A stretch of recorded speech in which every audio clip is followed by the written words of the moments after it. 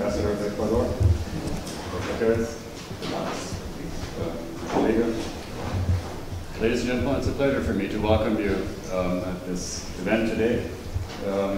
Our relations, that is the relations of TU Berlin to Ecuador, or to the representatives of Ecuador, has been quite strong for many years. And currently, there are 10 Ecuadorian students at TU Berlin, which may not sound so much compared to China, but if you compare the total number of Chinese to the total number of people in Ecuador, then it's a proportion quite a reasonable number. Many alumni are coming from Ecuador, and actually, Your Excellency, the ambassador is one of the alumni of TU Berlin, and he has been in close contact with us for many years.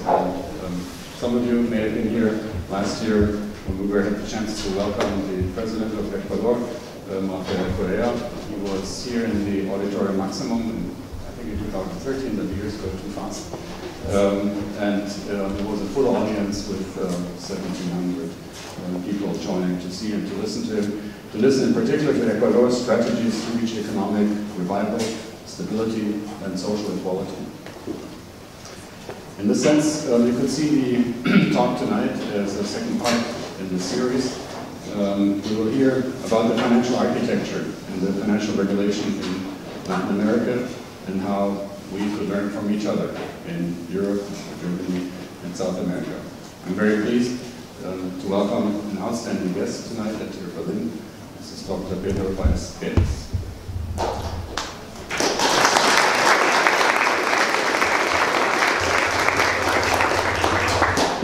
It's a great pleasure to welcome you here. Just a couple of words to your vita. In 2007 and 2008, you were Ecuador's Minister of Economic Policy Coordination.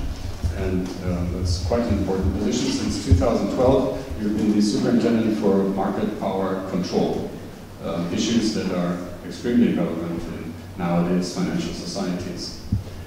You will have a more detailed introduction to CV by our colleague from the faculty. So I would come to the end express my gratitude to the Ambassador for making possible that Dr. Pedro Páez can be here. I'm also thank his team for helping in arranging. I thank my team, Herrn, for arranging the event. And I hope that it will be an interesting discussion, an interesting talk, followed by an interesting discussion. And I'll hand over the microphone to the Ambassador who would like to say a few words. Lieber Herr Professor Thomsen, Herr Präsident der TU Berlin, Herr Professor Heinemann, ich möchte mich im Namen meines Landes herzlich bedanken für die Möglichkeit, dass Sie uns heute Abend geben, mal eine der wichtigsten und wertvollsten Wirtschaftswissenschaftler, die wir in Ecuador haben. Pedro Páez ist längst schon über unsere eigenen Grenzen bekannt und in dieser Hinsicht heute Abend wird er sich nicht nur über Themen, die Ecuador wichtig sind, widmen, sondern auch Themen, die für ganz Lateinamerika wichtig sind und höchstwahrscheinlich auch eine bestimmte Wichtigkeit für Europa haben können. In dieser Hinsicht also, ich freue mich sehr, dass wir es doch geschafft haben. Herzlichen Dank nochmals, dass die TU immer bereit gewesen ist, ihre Tore zu öffnen, zu Leuten, die tatsächlich nicht nur sich akademisch wertvoll gemacht haben, sondern dass die auch in der Lage gewesen sind, dank unserer eigenen Prozess, die wir in Ecuador durchführen, mal auch politisch und aktiv die Ideen mal in Wirklichkeit zu realisieren. Und das, wie Sie wissen, hier in der Akademie ist es einfach nicht unbedingt leicht. Also Pedro Páez hat diesen Vorteil und er kann uns über diese Erfahrungen auf jeden Fall etwas erzählen. Herr Professor Heinemann, ich bitte Sie, dass Sie uns etwas mehr über Pedro Páez dann erzählen können. Herzlichen Dank, Herr Präsident. Ja, Your Excellenz, Präsident Thomsen, Dr. Páez, ladies and gentlemen. It's a great pleasure to introduce Dr. Pedro Páez Pérez to you. Dr. Páez studied economics at the University of Austin, Texas, where he specialized in stochastic control problems in his PhD thesis. Since 2006, he has been active in a political and governmental environment. He was Secretary of State for Economic Coordination. From 2007 to 2011, he was heading the Technical Commission of Ecuador for the new international financial architecture, Banco del Sur. And from 2009, he was also the representative of the President of Ecuador in this bank. Since 2012, Dr. Páez is Superintendent of Ecuador's Market Regulation Authority, and he's also active in academia, so he is an Associate Professor of Economics, and he has been invited professor and given lectures at the universities of San Francisco, Sorbonne, Paris, Utah, and at Ecuadorian universities in Quito and Guayaquil. He also published several papers, for example, in the Journal of Post-Keynesian Economics. So, summarizing, we have a true expert on financial architecture and financial crisis, both from an academic and a practical focus. South America has gone through significant political and economic changes. They were triggered by financial turbulences, caused by a strong volatility of capital flows, from rapid inflows to sudden stops and net outflows that interrupted refinancing and led to a currency crisis in several countries, and in many countries several times. Excess spending by some governments and often futile attempts to defend unsustainable exchange rates worsened the situation.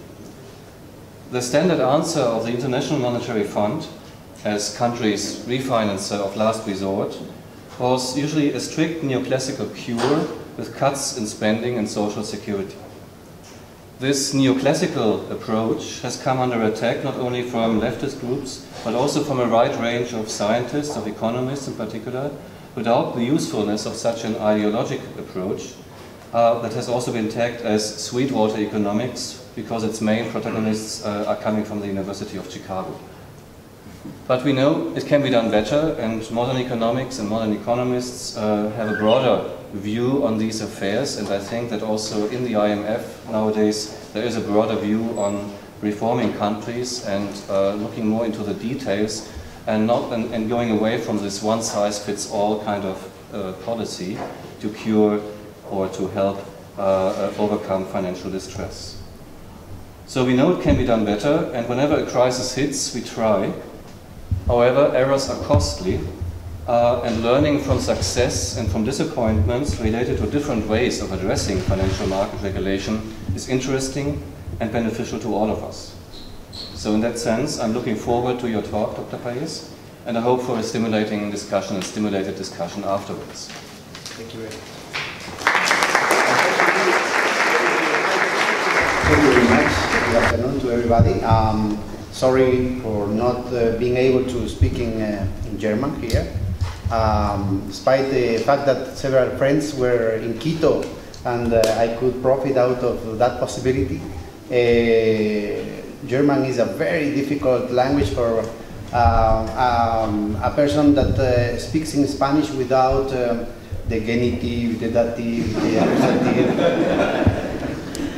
So with the help of our friends, you are going to have these diapositives in German, and I'm going to go very quickly through some of the details that make the context and also explains the urgency of a response on behalf of the peoples of Latin America defending the possibility of continuing with this process of recovering sovereignty, peace, and prosperity. We need to understand what is going on today in the framework of the structural crisis of overproduction of capitalism. It's very difficult to even to accept the mere idea that we have a problem of overproduction when every textbook of economics in the world, here in Germany, in Ecuador, but also in Cuba, also in China, also in Russia, of course in the United States,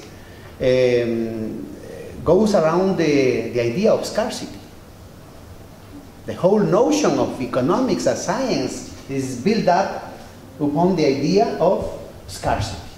But capitalism, it's been, has become the prisoner of its own success.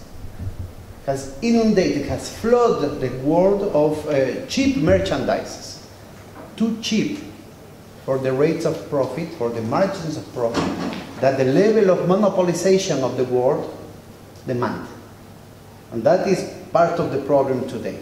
Not to understand this is not to understand the absurdities of the currency war and the financial war and the commercial war that right now confront the big powers, even of the most intimate partners of the very recent past.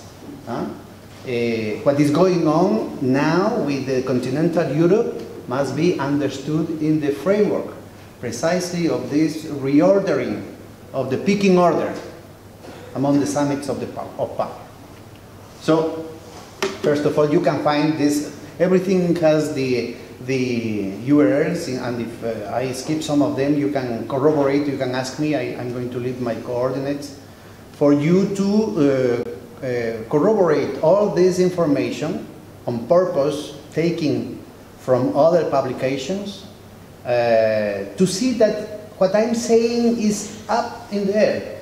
I'm just remarking some obvious thing over there. The information is basically about the United States, but you can find also the same type of information for the different countries of the OECD. For example, indications about overproduction linked to the utilization of installed capacity.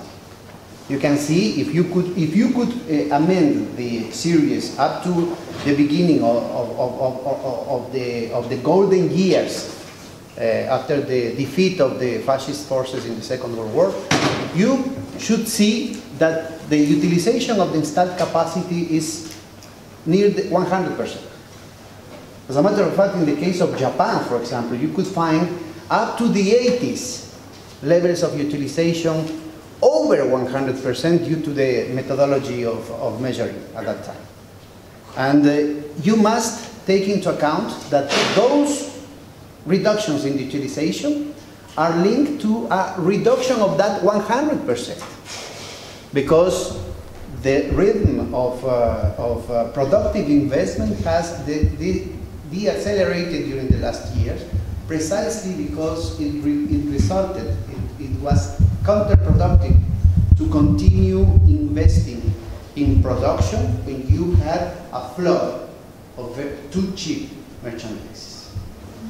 And you must understand that this is in the middle of a formidable scientific and technical revolution.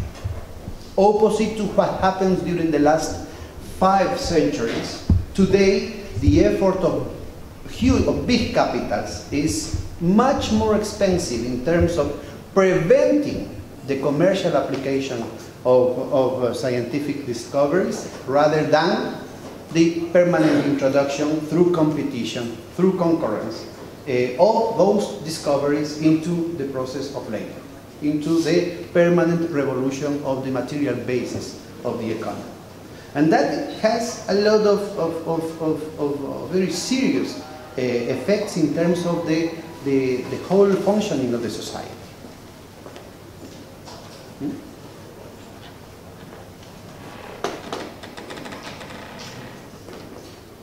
What happened? It's gone. It's gone. Okay, let me illustrate with some examples. The problem of such a stupendous success of capitalism in terms of the development of productive forces expresses today in a frequent case in which enterprises do not have the time to recover the investment in fixed capital, because the new developments of technology render the previous ones in 2-3 years obsolete. The very clear case of Nokia, for example. The velocity of the innovations generates such such a tremendous capability, not only in terms of prices, but also in terms of the revolution of quality. That you have everywhere this type of situations. So the engineers that, for example, 2 centuries ago were investigating, researching for new techniques, new discoveries, new principles in terms of science in order to increase the dominion of mankind over nature, today are the opposite. The big enterprises are hiring engineers in order, for example, to program the obsolescence of those lights. You can still find at the YouTube a light fabricated, made by Thomas Alva Edison himself, more than 100 years functioning.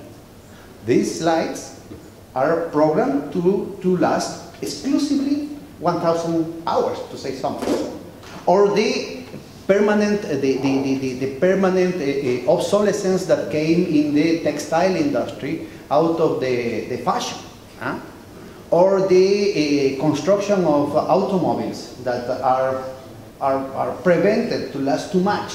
Or the possibility of new software, each time more difficult and more difficult to be installed under the circumstances of a specific wave of hardware.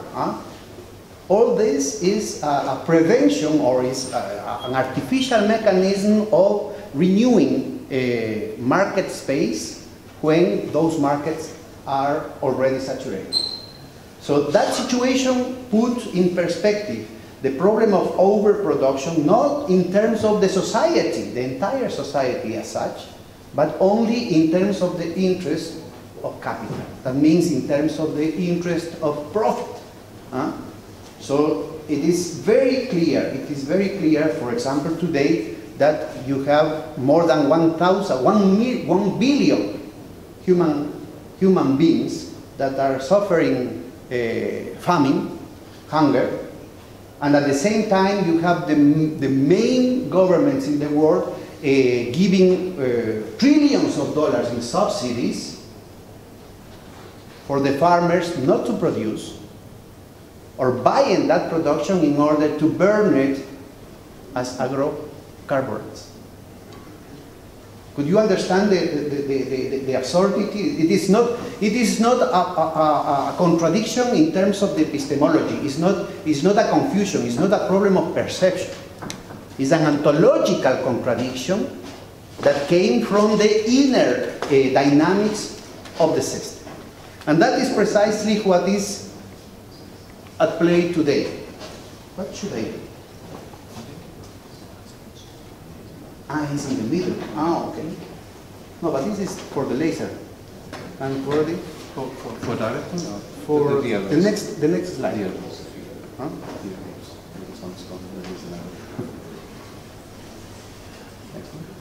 I have a problem with the technology. Right. Just the right one. Okay, the right one. Okay. So you can see here the most important industrialized countries, and the series came from the 60s.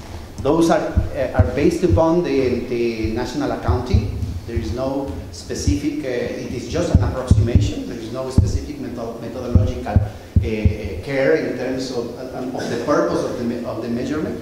But you can see there several indicators. The black cross line shows you the rate of profit in the 6 more important industrialized countries: the United States, Japan, Germany, France, the United Kingdom, and Italy. And you can see there, of course, the fall of the rate of profit. If the data should come from the 40s, you still have a rate of profit much higher.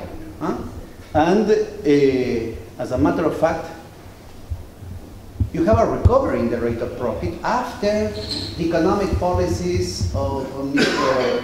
Reagan and Mrs. Thatcher. Not because of the fulfillment of the slogan of "there is no alternative," but because they change in the balance of power and the humongous transfer of resources from different parts of the world. There you can see the effects of the triggering of the debt crisis at the beginning of the 80s as a product of the increase of the interest rate by the Federal Reserve.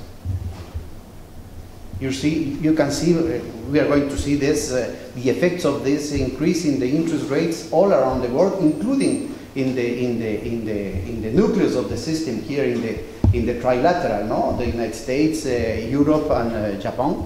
But it is very important to see how the accumulation must be considered in global terms. In the left panel, you can see the net transfers of around the service of the debt. But that is just the trigger of a lot of macroeconomic transformations that render the volume of value transfer from the south to the north during this period colossal. That includes the desperation of 100 countries to obtain excedents in the balance of payments, to cheapening the production in order to obtain a larger market share. So that includes the deterioration of the terms of trade. That includes the race to the bottom, trying to seduce the investment from outside in terms of reduction of taxes, in terms of reduction of capital controls, tax evasion permits, etc., that gave you another balance of power, not only between capital and labor, but also between the north and the south, but also between the west and the east. Part of the effects of the increase of the interest rate and the debt crisis was the destruction of the inefficient state socialism economies in Eastern Europe.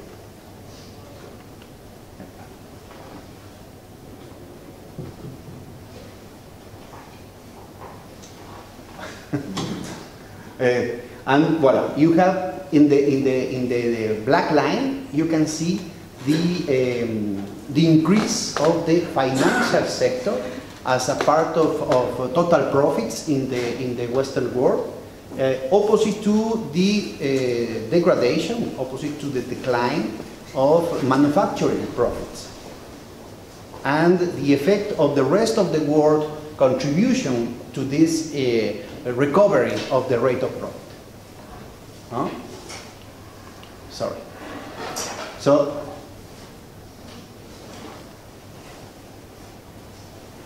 the contribution of the rest of the world in the recovery of the rates of growth, the rates of profit, and the rates of investment and accumulation at the core of the system must be understood also in the dispute, in the current dispute, in the current commercial war today, but under the effects of the modernization and the sophistication of the financial and macroeconomic manipulation that are able today, especially around the functioning of the big banks. No? Two crucial vectors to understand how the big companies and the states that represent those interests had managed to solve the problem of profits. Because it is not only the resources transferred from the south, but there is also an adjustment in terms of the relationship and the cost internal to the economies. The first one is the repression of the part of wages within the GDP. In the case of Europe, well, that is one of the keys to understand the differential performance of the different economies after the introduction of the euro. No? But in general, you can find, this is specific for the United States, but you can find the same for every country in the north of the OECD countries. You have a freezing of the salaries, a freezing of the wages, but at the same time, an increase in consumption. Pay attention to this. I do not pretend to be exhaustive. I just want to illustrate the type of internal contradictions in the dynamic of the system. you have a compression or even a reduction, depending on the country, of the part of wages within the GDP, but at the same time, an increase in consumption. How come you can increase consumption when the revenues goes down? Huh? Credit. Then the problem of indebtedness is not only a moral issue, right? First of all, the axis of the discourse, the axis of the narrative that you are doing here in Europe around the problem of debt is exactly the same components of the discourse that it was applied to the countries in Latin America. You must live within your means, you must discipline yourself, you must morally improve your performance. Huh? First of all, there is a structural problem there. Second, what happens with the solution? The gray area shows you the need, the structural need of the system for debt, for credit. What happened if you have an actual moral discipline from the beginning of the 80s? The level of consumption should follow the trend of wages. Then the recession should start 30 years ago. More so, you can discover there the limits of the remedies, the limits of the solutions. If today the recipe is to deleverage, that implies that consumption should fall right now. But the same happens in the United States, in Germany, in Japan, in Spain, everywhere, in China. If you have a problem of overproduction and your solution is to asphyxiate markets, do you believe that this is a sustainable solution? The other vector of the remedies implemented with this change in the trend of the rate of profit that I show you in the first slide. Again, take into consideration the evolution of profits, but this time as a proportion of GDP, not as a proportion of the stock of capital like in the first slide. Huh? The line with the black dots shows you the same recovery opposite to the decline in the black dots of the productive investment. As I mentioned to you, the overproduction crisis rendered the productive investment counterproductive because it makes too cheap the new merchandises, and the final result in terms of ROE or margin of profits disappointing. So then you have a problem. You have a problem. Where does that money goes? Because you know, capitalists can have holidays, not capitals. You have a huge amount, a huge mass of profit in the hands of fewer hands, each time in fewer hands, in terms each time shorter and shorter, that are looking for more profitable opportunities of investment that are going to render even in larger amounts shorter and shorter, that are going to provoke larger amounts of profits, and so on, in a compulsive way. There is no way to stop. The moment in which money is not invested, that is not capital. That could be savings, not capital. And despite what most of the economic textbook used to say, that there is no an automatic relationship between both. It's a problematic and contradictory process, the transformation of savings into capital, as I'm trying to show you here. But again, beyond the nitty-gritties of the theory, the gray gap there shows you that you have a problem where to put the money.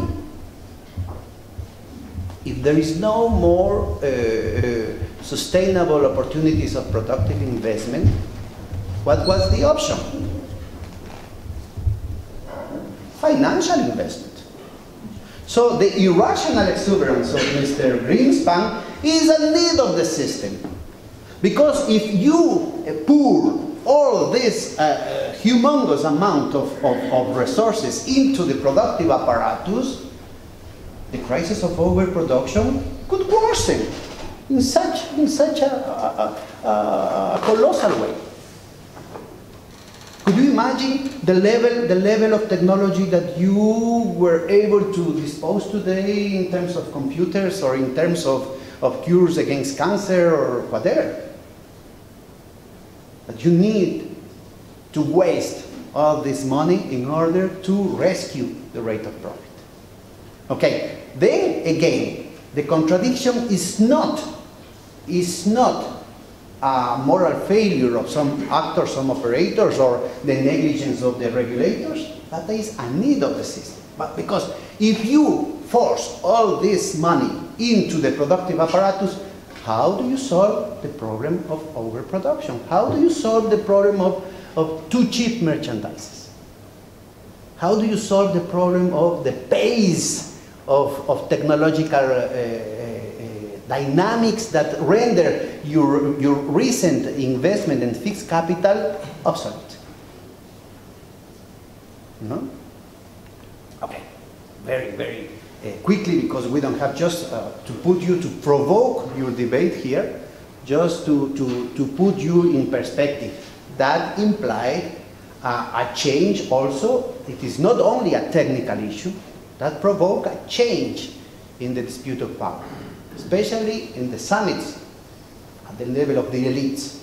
You have a reduction of the importance of the productive, even monopolic productive capital vis-a-vis the relationship with financial capital. 50 years ago, they say what is good for General Motors is good for America. Today, General Motors obtain 93% of their profits out of finance. And GE and General Electric, the other paradigm of the old tradition of productive capital, Thomas Alva Edison again, today is GE Capital. Do you understand the idea? So, even when we talk about the same names, the same family names, even when we talk about the same enterprises, the internal dynamics, the logic of reproduction of power has changed in an irreversible way. That is very important. Could the genius get back to the battle?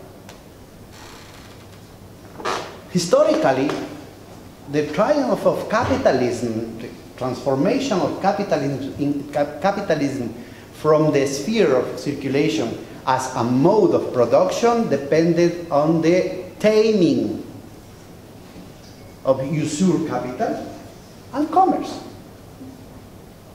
If the rates of interest or the intermediation siphoning out, were able to siphoning out resources from the dynamics of the productive capital, the Industrial Revolution could never happen, because there is no surplus or savings capable of financing the transformation of the material basis.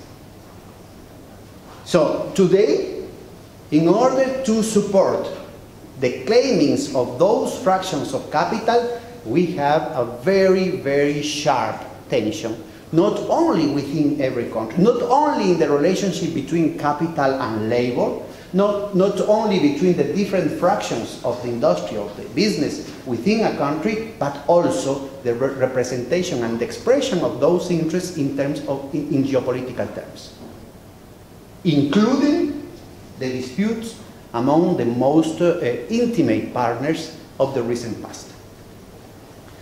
Look what is going on now. In black, you have the behavior, the rate of growth. Remember, you are in the Polytechnic University here.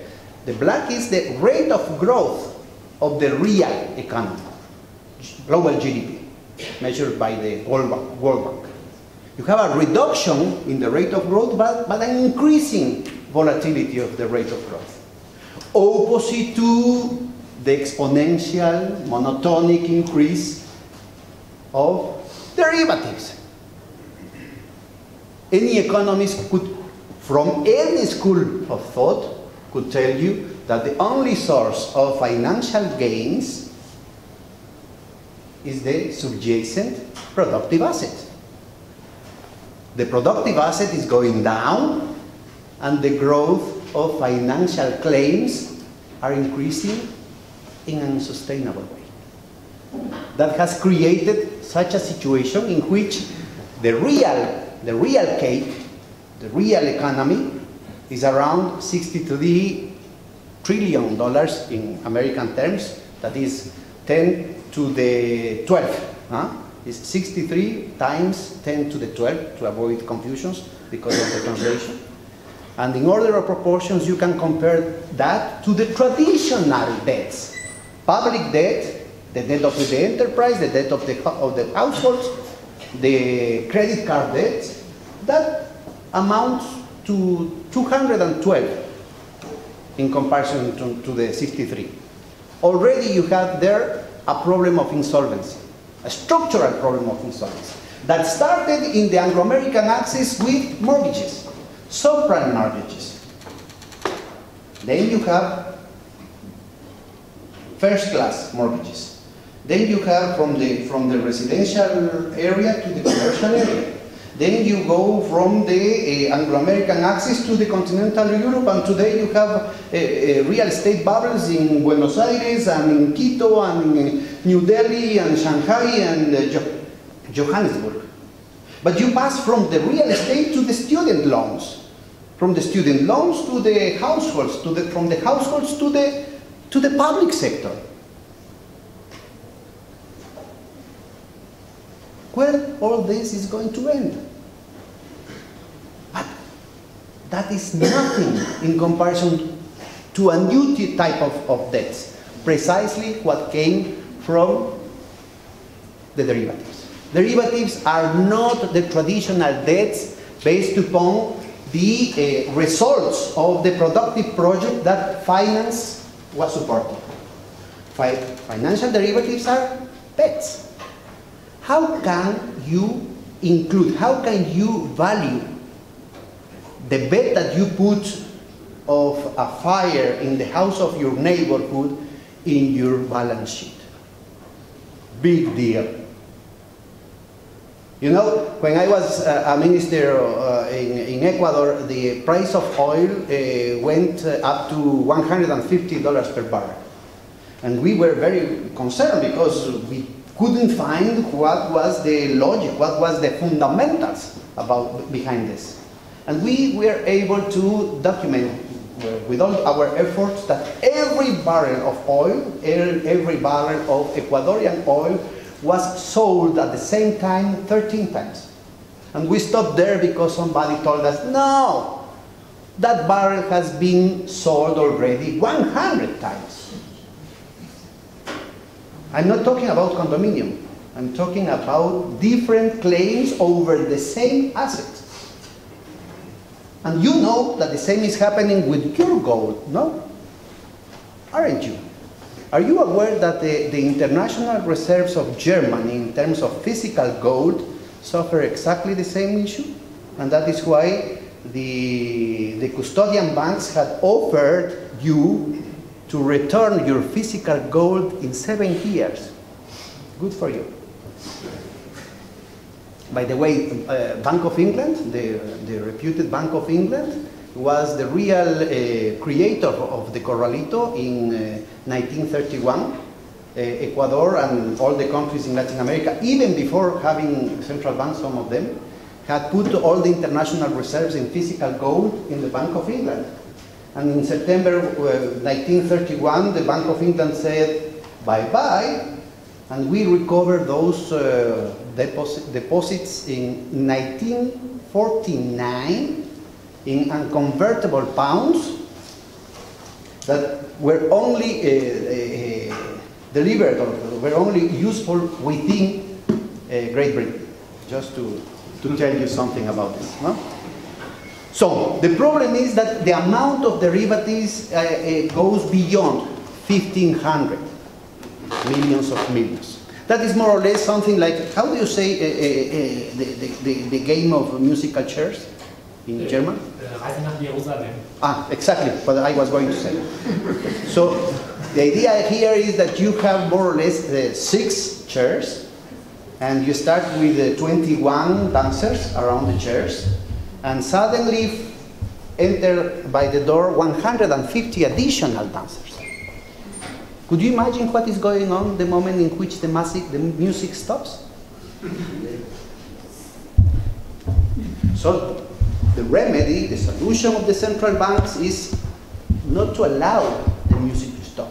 And the only way to do it is to introduce a new dancer every minute. Because the humongous amount of liquidity that they had injected into the economy cannot be produced, cannot be used for productive credit. Cannot be produced, cannot be used for employment creation, job creation, new projects. All this money, even the money of the European Central Bank, goes to speculation, to the increase, to the exacerbation of the very far away from the hypothesis of efficient markets that we used to teach in the textbooks of economics, right? Of finance. Okay. Everything in the middle of frenetic process of mergers and acquisitions. Tremendous process of monopolization that had rendered a very sharp process of social pluralization. This came from the work of Thomas Piketty. You find in the white line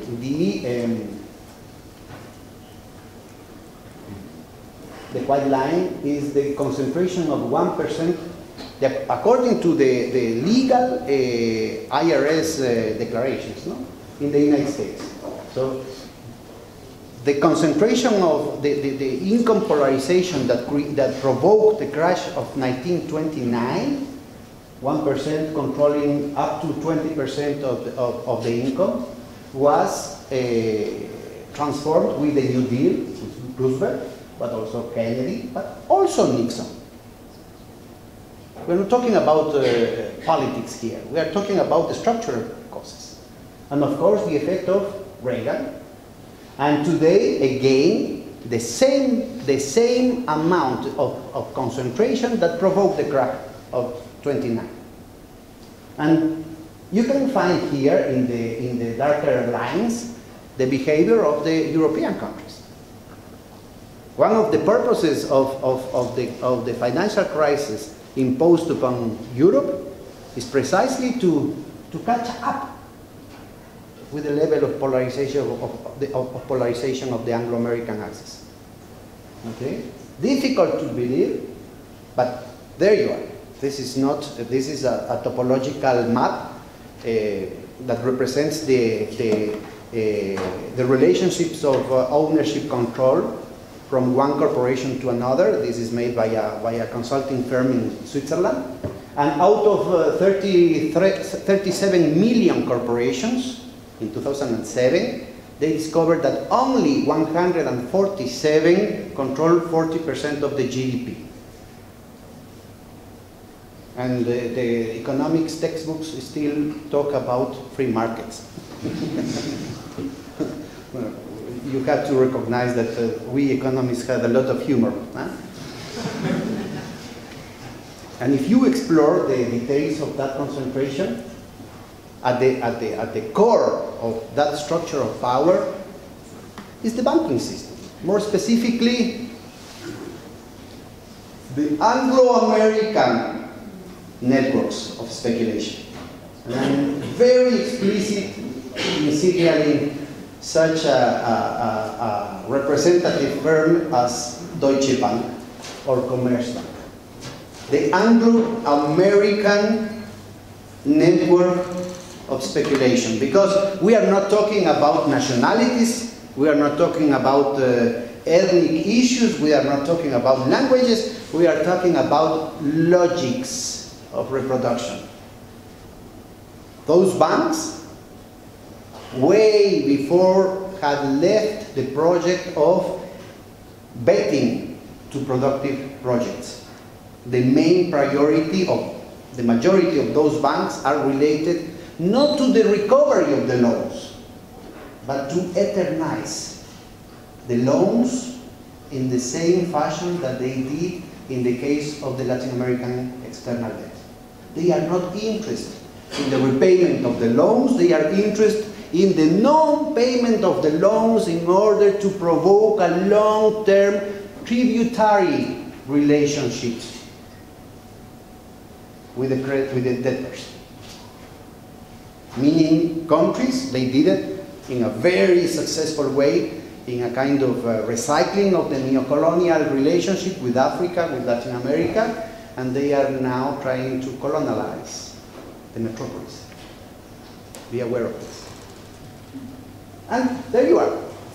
The list of the 50 main corporations, most of them the banks. The same financial institutions that out of corruption, out of incompetence, have led the world to such a great crisis today.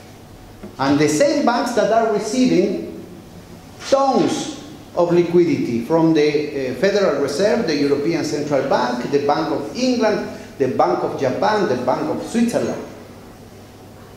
There is no money, not at all, for the life of the people, for full employment, for civilization, for funding research and development, for technology, for science, for culture, for conviviality, for the environmental crisis. No, there is no money for that. You must behave yourself. You have to face the consequences of your behavior. But there is a lot of money for those banks.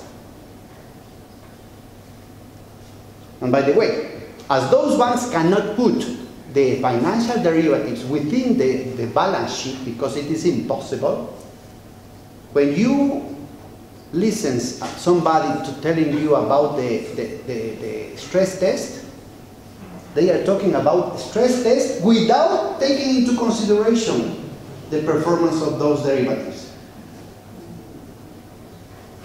Is somebody here familiar with accounting? Just you? Somebody else? Okay, that is out of balance accounts. Derivatives are put out of balance. That means that derivatives are not taking into account in the final result, in the bottom line of the enterprises, of the banks. JP Morgan Chase had $73 trillion in derivatives. Global GDP was only 63, and they had alone $73 trillion in derivatives.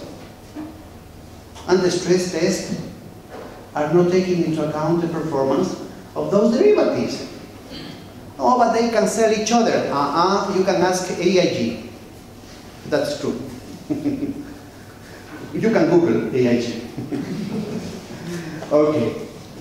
Look, the amounts. And by the way, that you can find, that is the report that Senator Bernie Sanders finally achieved, because at the beginning he was fooled several times. But those are only partial results. The University of Missouri in Kansas City had shown that only with this program, and we are talking exclusively to the troubled asset relief program, only within that program you have $29 trillion. That means 200% the American GDP. In the case of Ecuador, in the case of almost every country in Latin America, as a result of the IMF imposed economic policies, every country had a financial crisis.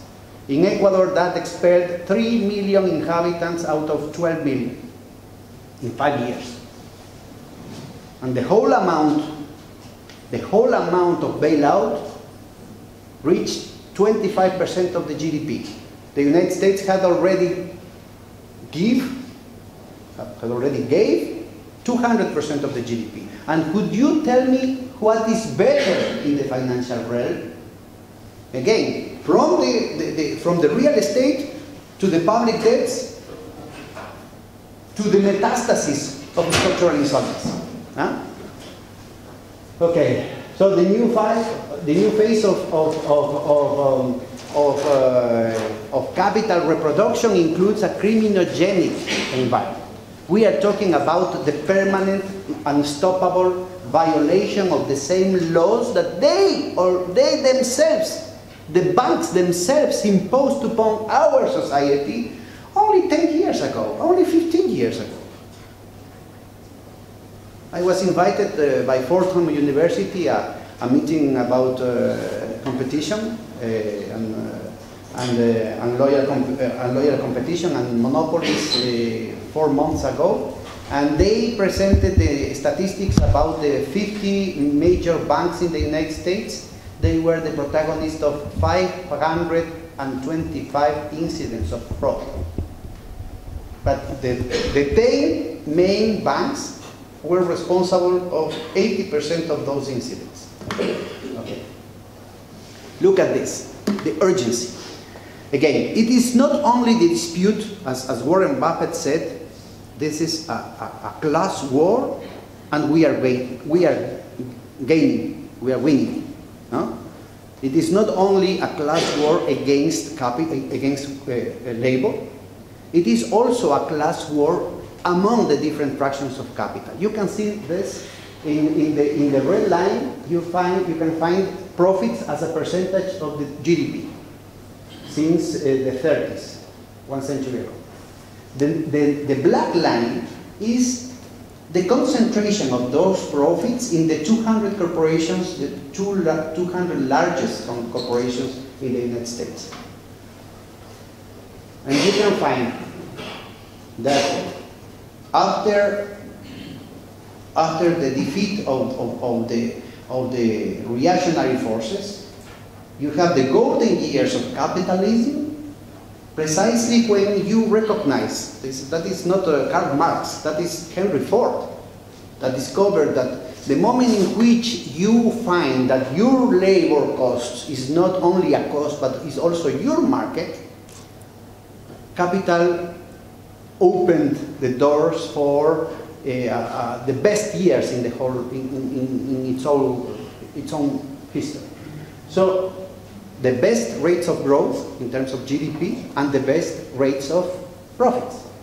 You have an increase in the profits within the GDP, but also a very sharp increase in the concentration of those profits in the hands of the oligarchy, in the sense of Plato. But then during the 80s, and that coincides with the graph that I showed you at the beginning of the presentation, the whole capitalist class had a very good performance, but you had an impasse in terms of the portion of those profits that went to the 200 corporations. And that provoked a very tense political situation, very difficult to understand, precisely because it went against the interest of the whole capitalist class. Volcker Kupp, the increase of interest rate from 1% to 20% in a matter of weeks provoked a reduction in the results of capital, but the rationale was precisely the concentration of revenue in the hands of the 200 largest corporations. And again, we have the same type of impasse that was provoked here during the period of stagflation. The idea was the huge monopolies were trying to increase their part of the real economy through inflation, and it was impossible at the end of the day. And today, with neoliberal policies, we repeat the same impasse. Capital as a whole had very good results, but the oligarchic powers are pushing forward for desperate measures. That is the danger of war, that is the danger of very crazy economic policies today. Well, let's go. We don't have too much time. The geopolitical tensions in terms of the delocalization of the industrial power from the North Atlantic and the Japan original success towards the new semi-periphery. But this time we are talking about a non-militarily occupied geography, the BRICS. And that is, you have all you are going to deliver this material for you to study the role of China, the role of Brazil, the role of the South have presented a very sharp tension in terms of civilization, including some racist nuances there. We are talking about centuries of existence of some structures of power that today are put into question because of the delocalization of the manufacture you see in the port. And again, the whole narrative that we are accustomed in economics, that are the savings of the South, China, and the rest of the developed economies, are supposed to finance the deficits in the United States, Japan, and Europe. Those are the effective financial transactions. That is the theory, and that is the reality. Could you find which is the line? Of course, the size of the bubbles, the size of the circles shows you the size of the financial markets, the internal financial markets. The size of the arrows and the color of the arrows shows you the importance of the transactions among the financial markets. Could you show me there the line that through which China finances the United States?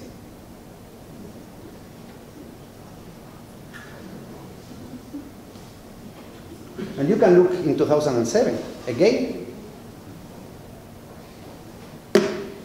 The virtual economy of speculation had delinked themselves from the real economy, not only in quantitative terms, but also in qualitative terms.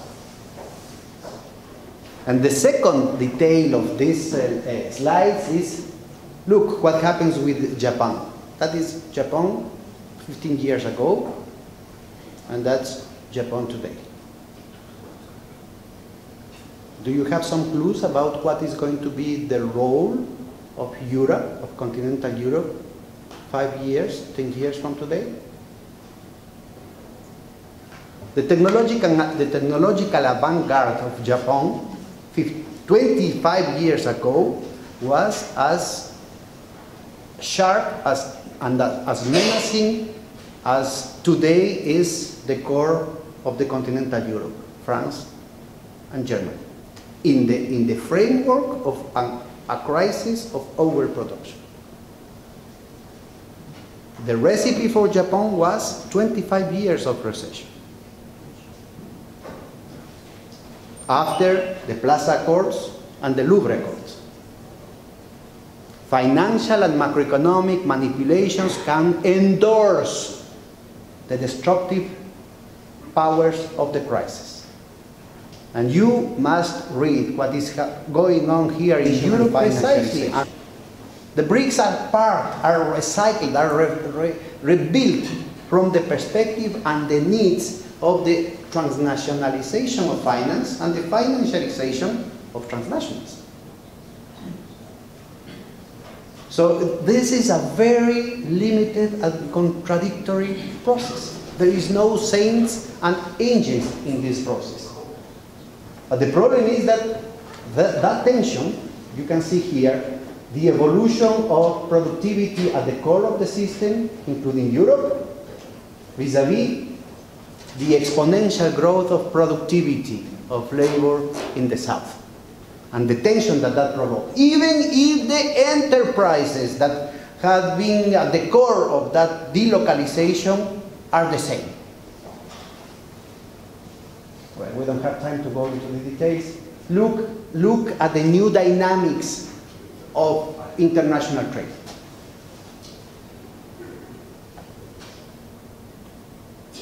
The orange line represents the South, the emerging economies, and look the tremendous difference with respect to the developed economies.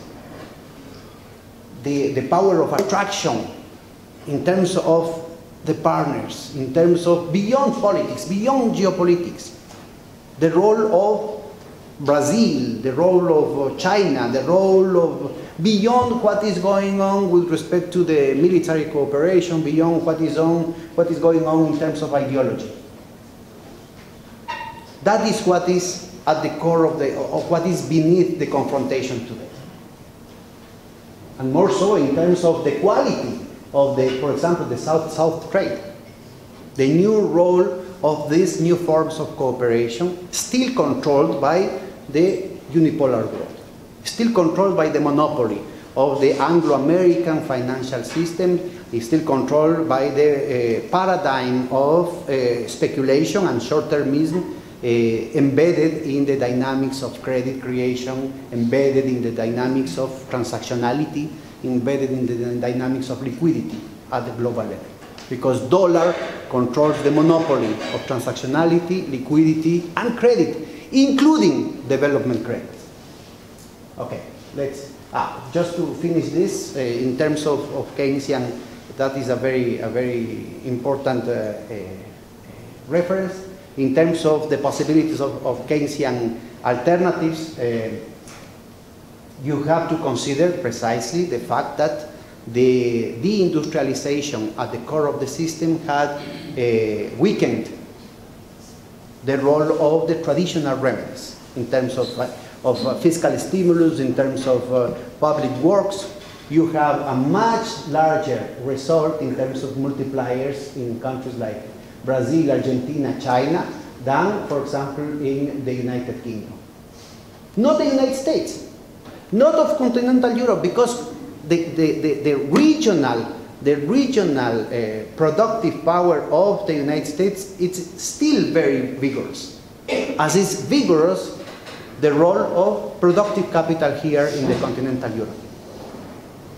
The United Kingdom, decades ago, had abandoned that possibility. Okay. Just to show you, because time is running, the new role of Latin America. Today, it is not only the political definition of Latin America, the demands of the peoples of Latin America to build up an endogenous process of peace and prosperity construction, but we also have the money. The central banks in the south had liquidity, because we are talking about very liquid assets of trillions of dollars. Just Latin America had already $900 billion in international reserves of the central banks. If you put together all the pensional funds, all the counter-cyclical stabilization funds, the parafiscal funds, and the deposits of the Latin American that the private banks put in the United States, in the Bahamas, or in Europe, you can sum up beyond $3 trillion that could be recycled in terms of investment, in terms of infrastructure, in terms of productivity, in terms of new conditions for life and production in Latin America. Okay? The option must be put in consideration in the framework of the recent history of Latin America, and also in the middle of this financial war. The geopolitical tension today had a lot to do with the tremendous structural asymmetry in terms of the national state capabilities of macroeconomic manipulation. You can see which are the possibilities, for example, of the American Central Bank, opposite to what happens with the Ecuadorian Central Bank, for example. But the effects of that injection of liquidity had direct effects in terms of the performance of the main international markets, because all this money, as cannot be traduced in more production, end up in speculation. Today, the most important prices, international prices, had nothing to do with the fundamentals. Which is the real cost of reproduction of each barrel of oil? It's close to the $150 per barrel, or $32 per barrel, or $50 per barrel. How can you do an analysis, the rate of internal return in terms of gains in a productive project? What can be the indicator for your specialization as an enterprise, or as a city, or as a country, or as a region? How can you compute your costs? How can you project your cost? Which is the equilibrium rate of exchange between the euro and the dollar? What's the real price of gold? What's the real price of copper? What's the real price of wheat? All those signals have been structurally distorted.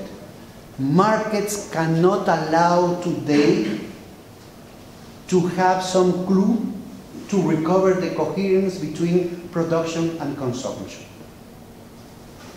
And that is irreversible, because the amount of liquidity that is circulating in the market, like the locust, ends with one market and goes to the other, because there is the only possibility to mop out all that liquidity is to transform that liquidity in productive credits. And that implied to multiply by 3 the amount of investment in 1 year. Could you imagine the result of this in terms of the crisis of overproduction? And again, we are not talking about overproduction from the point of view of the society, of the humanity. We have more than 1 billion human beings suffering hunger today. And at the same time, that type of speculation with the money, your money, with the money of the central banks, that it is not allowed to go for the job creation, had been employed for speculating in the food market. It is already proved, was denied by the official institutions here in the north, including the IMF, but today is proved. And Carsten, we did this panel at the European Parliament in Brussels. Today is proved that that money was used for speculating in the food market, are causing an exacerbation of the food crisis during 2008 and 2009. Okay. Again, the problem of the balance sheet. What is the real price of the commodities, but also what is the real price of the stock market? Everything is artificially inflated.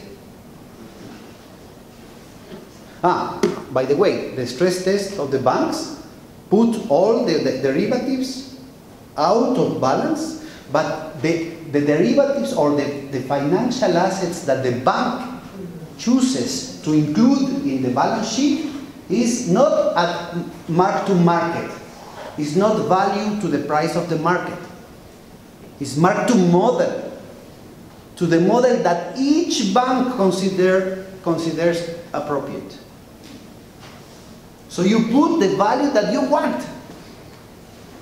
And of course, it requires a lot of talent that after you can put all your toxic assets at the value that you want, and you put all the toxic assets that you don't want out of the balance, you still are forced to declare losses.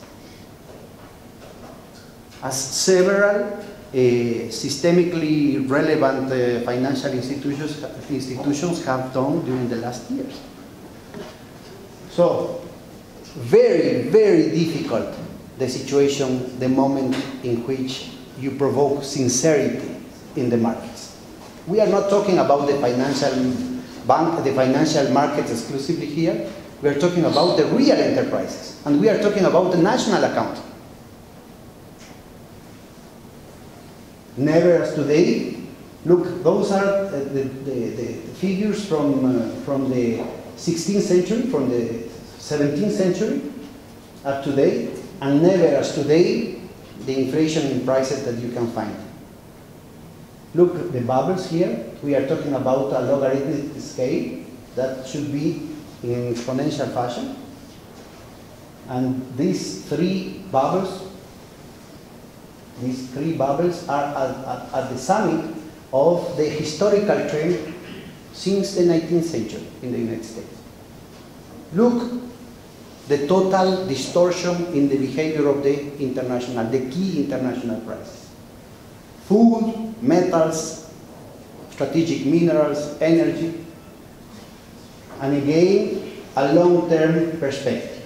From the end of the 19th century, look, the same type of volatility, but also structural. And the first symptom of that situation was precisely the sudden fall of the prices from the periphery in tropical agricultural, non-tropical agricultural, and metals. Yeah, okay, you have all this information. There you are, before this. The tremendous volatility in the exchange rates markets. What is the equilibrium? How can the embedded commercial war can be solved if you have such a volatility in the rate of exchange between the dollar and the euro? All the valuation, all the comparative advantages of one country is just garbage. If you can transform those advantages from one day to the other with exchange rate manipulation.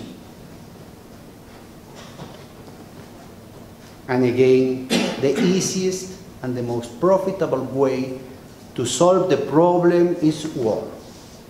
You can push all the sides in the conflict, you can create your own sides in the conflict, you can give them loans, you can sell them their weapons, and then they kill each other, and you can distribute among your friends the contracts of reconstruction. It sounds familiar for some of you?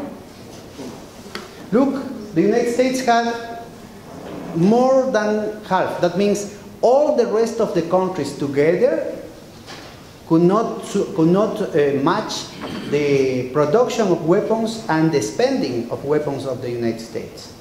And maybe it could suggest some story to you to see the military spending adjusted by inflation from the beginning of the 60s. Mr. Kennedy, the reduction, the effort for the reduction in the military budget, the convenient assassination of Kennedy, the Vietnam War, Mr. Carter, Reagan, the end of the Cold War, a very dangerous fall in the weapons sales and the industrial military complex concern up to the first invasion of Iraq, the dividend of peace by Mr. Clinton,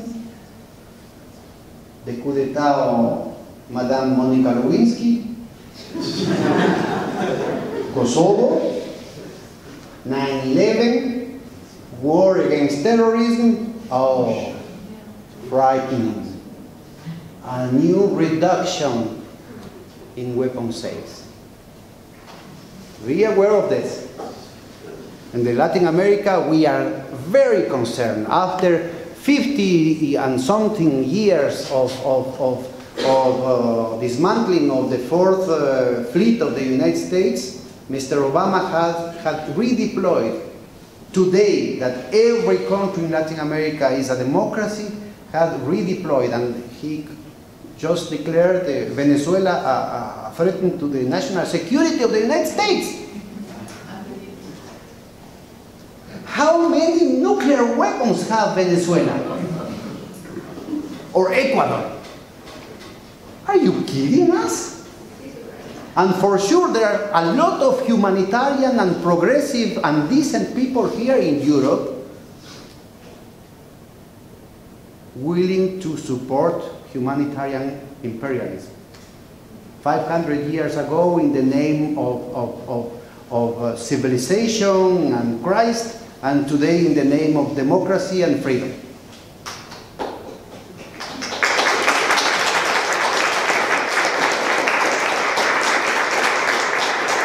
The real matter is here. This is an official study of the United States about strategic minerals for the new technological horizon today repressed precisely by the transnationals due to the overproduction crisis.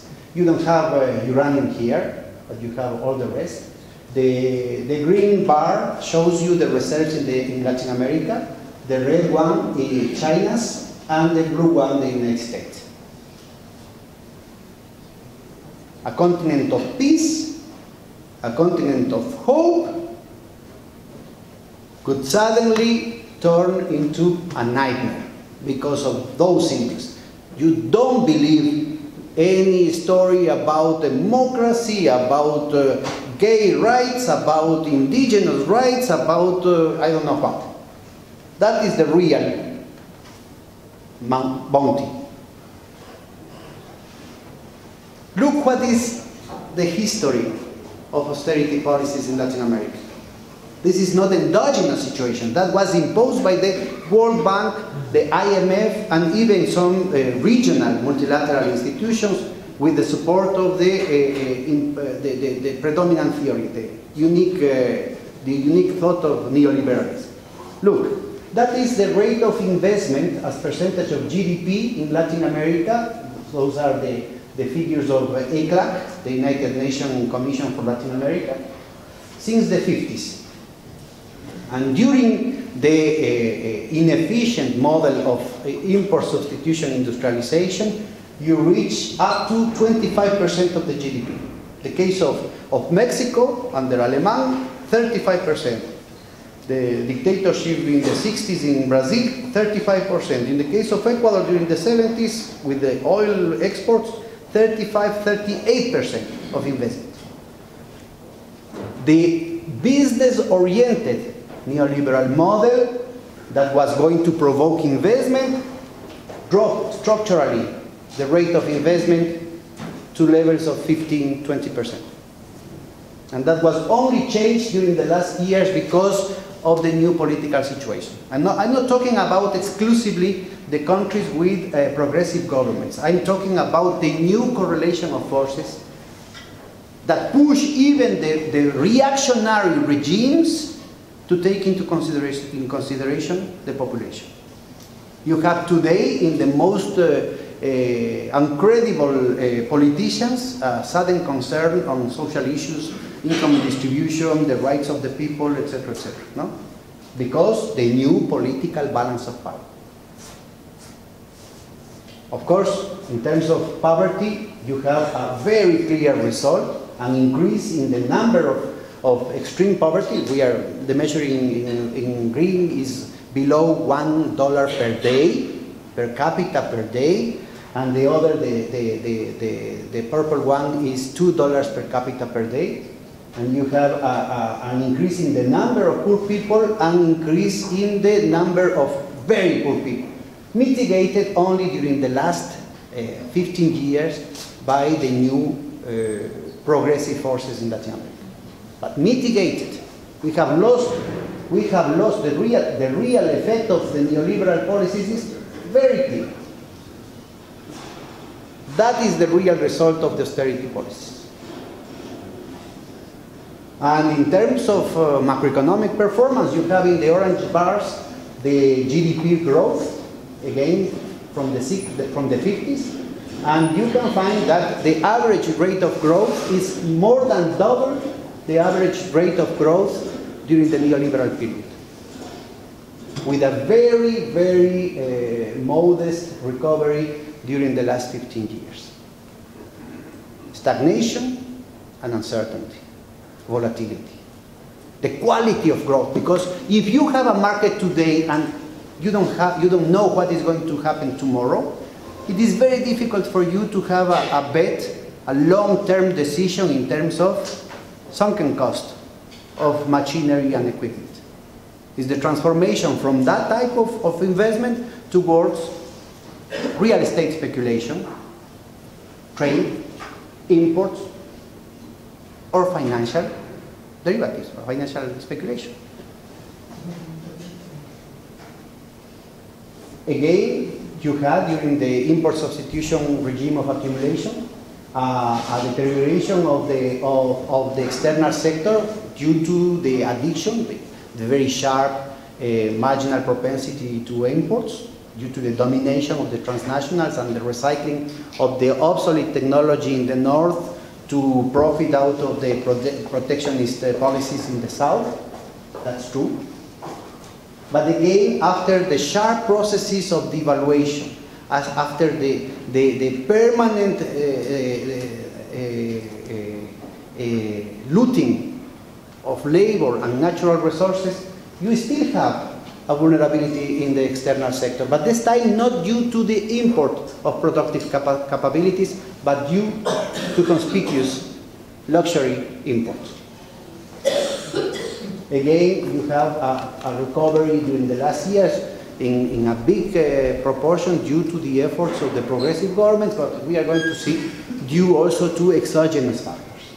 And that external vulnerability is accompanied by the fiscal, that is the obsession of us, the economists, the fiscal vulnerability. Yes, during the years of the import substitution regime of accumulation, Latin America tried to build up a welfare state, a very racketical one, because the governments didn't have the political power to tax the oligarchies. You have deficits, increasing deficits. But after the very painful processes of privatization and deinstitutionalization in Latin America, those deficits return, but this time not due to the utopia of building a welfare state like here in Europe. By the way, we never knew in Ecuador and in Latin America that the social economy of the market that the Christian Democrats implemented here in Germany included regulation in the markets and redistribution and trade unions and human rights everywhere, by the way, just to show you some of the difference. So with the same narrative, with that distortion of that type of economic doctrines, Latin America returned to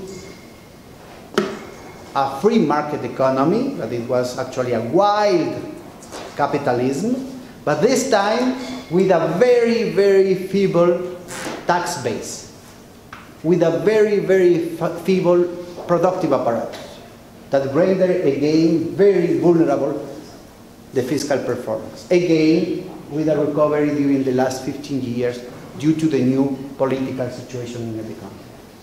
But this time, you have irreversible structural vulnerabilities. These are not conjunctural indicators. We are talking about globalization, and globalization was a promise for efficiency, productivity, competitivity, modernity, the rapid way to develop.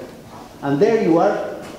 The real results are an increased addiction of imports, again, not related to capabilities, productive capacities, but related to the dependency to consumption goods and a reduction of the relative productivity, sector by sector, with respect to the United States. And an increasing reliance on the interstitial survival of the small and medium-sized enterprises. The dynamic of the big enterprises, the dynamic of job creation was disappointing.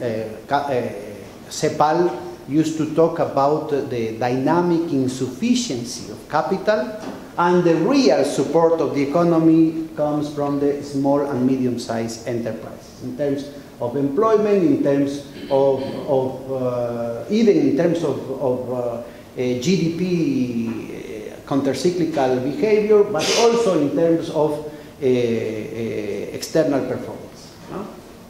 Okay, it's facing that situation that Ecuador had proposed this idea of a new financial architecture. Not because that is going to be the universal solution for everything, but just in a very humble way, as a necessary, not sufficient condition to recover degrees of autonomy, degrees of maneuverability, in order to create the path for an alternative way of development, to put human being above the greed and the short-termism of capital. You need a new type of development bank, the same type of banks that you have here in the continental Europe. The Sparkasses, the lender banks, the relationship, another type of relationships of finance with respect to production. Capitalist and non-capitalist production.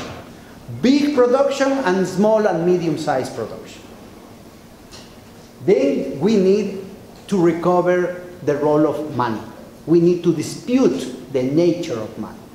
A deconstruction that render this money, that today is an instrument of more exploitation, more speculation, more exclusion, in another type of money that could facilitate the exchange among people, that could validate the effort of the people, that could create opportunities for different logics of production, different social logics, and not only the logic of monopoly speculative capital. And by the way, we learned this from the history, for example, of the Hanseatic League here in Germany, 800 years ago, or the banks in Northern Europe. A chamber of compensation, a settlement mechanism. Of course, using the avant-garde of telematics in order to provoke a much more versatile instrument for several things, okay? And finally, we need to create, to recover the central banks of our countries for the service and the purpose of defending the interests of our peoples. Well away of the interests of the financial oligarchy all around the world. We need to reset the priorities and the functioning of the central banks as a financial safety net vis-à-vis the hostility and the volatility of the speculative attacks and the distortions in the international markets. In the first pillar, we have Bank of the South, but also today, Bank of the BRICS. But also today, the new initiative of the investment bank in Asia. But also today, what you had already here in Europe with the European Bank of Development and the Fund of European Investment. It is only a matter to say stop, like we are trying to do in Latin America. Stop to the bureaucracy to say which are our priorities, which are our national priorities. How so the World Bank has the right to say to Ecuador, what are the priorities in terms of energy or in terms of infrastructure? So the idea of Bank of the South is to precisely to have the type of Renanian investment bank, not Goldman Sachs. We are talking about the Renanian banks. Those are the investment of our study in Latin America. Of course, that is called communism in Latin America. But plenty of solutions. Dangerously easy.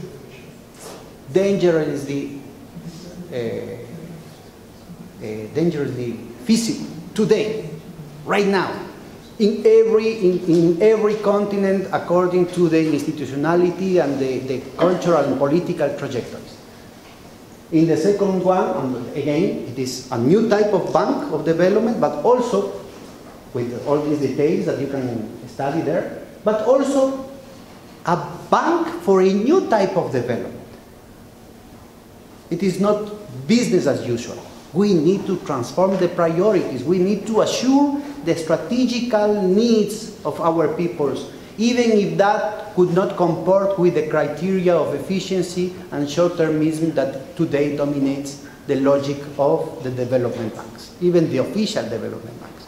Did you know that the Inter-American Development Bank, that of course had also contributions of Europe and Germany, was forced to recognize a loss of 1/5 of its social capital because it was betting into the international casinos? 1/5. What is the purpose of a development bank for Latin America putting their money in financial derivatives in JP Morgan Chase? But why do they do it? Exactly. Why do they do it? Exactly. They are development money better. And why do they do it? And what is CAF doing? Exactly. But we have to ask the same type of questions everywhere. Transparency. Transparency. Transparency. An audit of the debt as Ecuador did. An audit of the central banks. An audit of the loans, of the bailouts, of the development loans. Everywhere. And that requires at least a week, and you need to be comforted, morally comforted, in order to discuss a little bit what were the results of the audit of the debt in Ecuador. Today I know that Greece is going to set up a commission for auditing the debt. No, that is going to be very healthy. But the question is, who is against the idea of making public the public contracts of the public debt? Who is in favor of opacity? Who is against transparency? We are talking about a humongous amount of public resources poured in the same hands in the same channels of the financial oligarchy. No? Okay. So Bank of the South had created a new concept it was signed in December 2007, 7 presidents, including one from the right in Paraguay at that moment. They created a new concept of continental sovereignty, nothing to do with the crazy idea of Maastricht of sacrificing the national sovereignty in the altar of a supranational sovereignty. In the case of Latin America, the idea is to reinforce the local capabilities, the national sovereignty, creating at the same time in parallel a new realm, a new space of policy.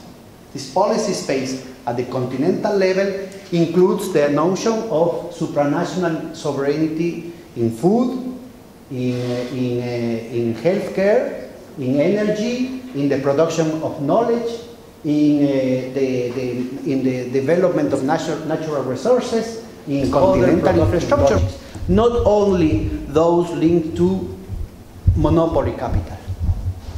It is not true that the only criteria of efficiency is monopoly capital. It is not true that the only criteria of efficiency is a speculative capital. There are other logics, there are other possibilities of development, there are other possibilities of employment, there are other possibilities of productive development. At the local level, from the territory, from the community, with other values, with other perspectives, sustainability, civilization, culture, conviviality. Okay. And in the nucleus of the second pillar, with this network of central banks and the financial safety net, includes the possibility of a stabilization fund, alternative to the International Monetary Fund, like what is going on now with the BRICS, like what you could have here with the European Fund of Stabilization. What? Why not? Why not? It is in your hands, in our hands, in the hands of everybody to transform the situation. Nothing is inevitable. And finally, well, you have all these details here to go into the technical issues, but that includes the possibility of using special drawing rights, like in the Bancor. Yeah, you have to go. The possibility of using national currencies, not only the dollar. You know that for any transaction, any legal transaction between Brazil and Argentina, Brazil and Argentina must buy dollars using the private monopoly SWIFT in Europe and the Central Bank of the United States, the Federal Reserve, and the correspondent banks in the United States for any transaction. Do you know that even Germany must buy dollars, use the monopoly of SWIFT, use correspondent banks in the United States and pay to the Federal Reserve if it wants to buy something from Nigeria? It is forbidden to use euros. Do you know that? Forbidden from whom? You can Google that also. Well, you can ask the Bundesbank. Okay, so there are plenty of possibilities of creating a multipolar world, of promoting competition, also in terms of the financial instruments, also in terms of liquidity, also in terms of instruments of transactionality. Even in terms of network theory, in terms of system theory. If you have a redundancy in terms of interconnectivity, you have resilience. This is another issue. So plenty of possibilities here. Okay.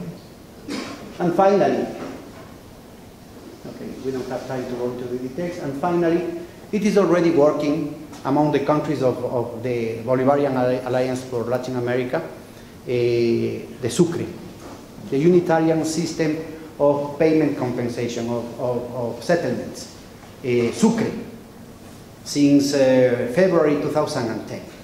And this is working perfectly, without the use of all these impositions, without the use of the dollar, without the use of Anglo-American banks, without the payment of commissions for every one of them. But we were discussing with the European Commission, with Mr. Barroso, with Heide Marie, with Sarkozy, with Christine Lagarde, the possibility of a Sucre between Latin America and Europe, to make the exports cheaper, to promote the possibilities of flows of commerce through the popular economy, the small and medium-sized enterprises here in Europe and in Latin America. Fair trade, the possibility of buying organic products from the ethnic groups, products from the indigenous communities. Why not? Today, China has signed 11 sucres. They don't call this because they must pay copyrights. But they are using this new technology, this new promotion, this new generation of settlement mechanisms.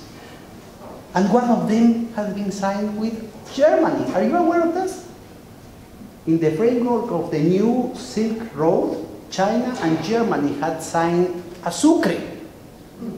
So why not to sign a sucre with Latin America? And to create other possibilities to promote trade, to promote investment, to promote and to validate the work of the peoples. Okay? So you have several possibilities. Again, you can have a micro-regional fractal replica of this. In Ecuador, we have now dinero electrónico that could open the possibilities to create territorial mechanisms of liquidity that could improve the performance of the economy at the level of the provinces, at the level of the popular and solidarity economy. But you can use for another type of South-South cooperation or North-South relationships. Again, the results and the possibilities, the alternatives are plenty and very feasible right now. Thank you very much.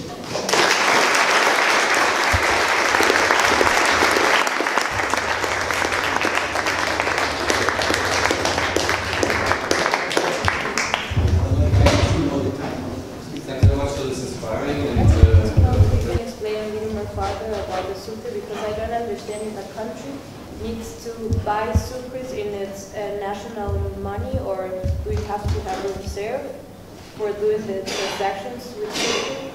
Okay, today, so far, the sucre has been applied only among central banks. And the idea, do you remember the example of imports between Argentina and Brazil? Of course, you have a very large frontier and you can have contrabando, you have smuggling, no? But if you want to do it legally, any transaction must buy dollars. So if Argentina buys $2 billion to Brazil and Brazil $5 billion to Argentina, they have to pay the total bill of $7 billion. They have to buy $7 billion in the regional market of exchange rates, right? Of dollars, of divisas. That pushes the price of dollar, the price of the divis further, destabilizing the commercial policy and the exchange rate policy. Usually the government must use the interest rate in order to control the targets in terms of exchange. No? So you have compromised the interest rate in order to obtain exchange rate targets. As you are manipulating the interest rate, you are compromising also, you are reducing the degrees of freedom in the policy space in financial terms. But also you are increasing the service of the debt for the government, for the enterprises, and for the households. Is that clear? Okay. So the moment in which, instead of the $7 billion from Argentina to Brazil and from Brazil to Argentina, you only pay the difference. It's 5 minus 2, you have only 3. You have a savings of $4 billion, just in this trivial example. In the case of the Sucre, the better way to understand this is a mutual credit card. Normally, you have a credit card, a vertical credit card, in which you had an indebtedness process with the issuer of the credit card. In this case, Argentina opens credit to Brazil, and Brazil opens credit to Argentina, and during 6 months, they only registered the exchanges. Okay.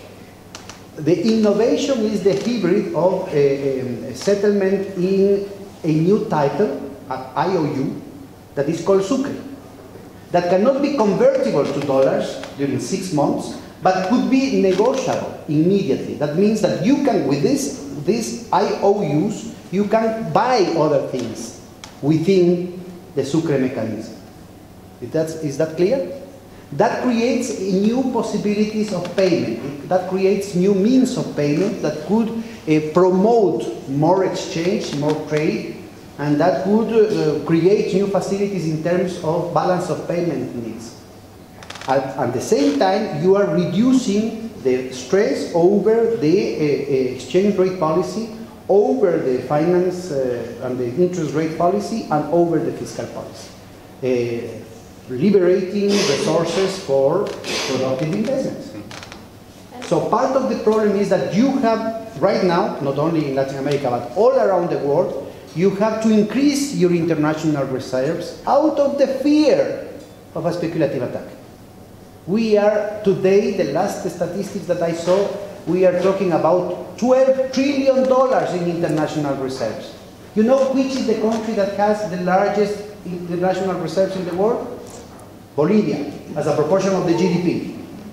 It's half of the GDP that cannot be used in building ports, in building bridges, in building refineries, in schools, hospitals, that must be retained just in case of a speculative attack of the financial centers. That is $8 billion. That is the coffee break of Mr. Soros. It's futile. Of course, our Bolivian friends must do it because it's the least that they can do for a matter of responsibility. But in the larger picture, everything in Latin America is nothing. Do you know how much money goes to the sunk in a speculative attack here in Europe or in Wall Street or in London? Every day we are talking about trillions of dollars. So again, there is a lot of responsibility on behalf of us, the economists, because all these myths. It is just impossible. The operation of Sucre had a lot of savings, a lot of efficiency, but at the same time, the possibility of promoting another institutional environment. I have a question, is that all right? Questions, is that all right?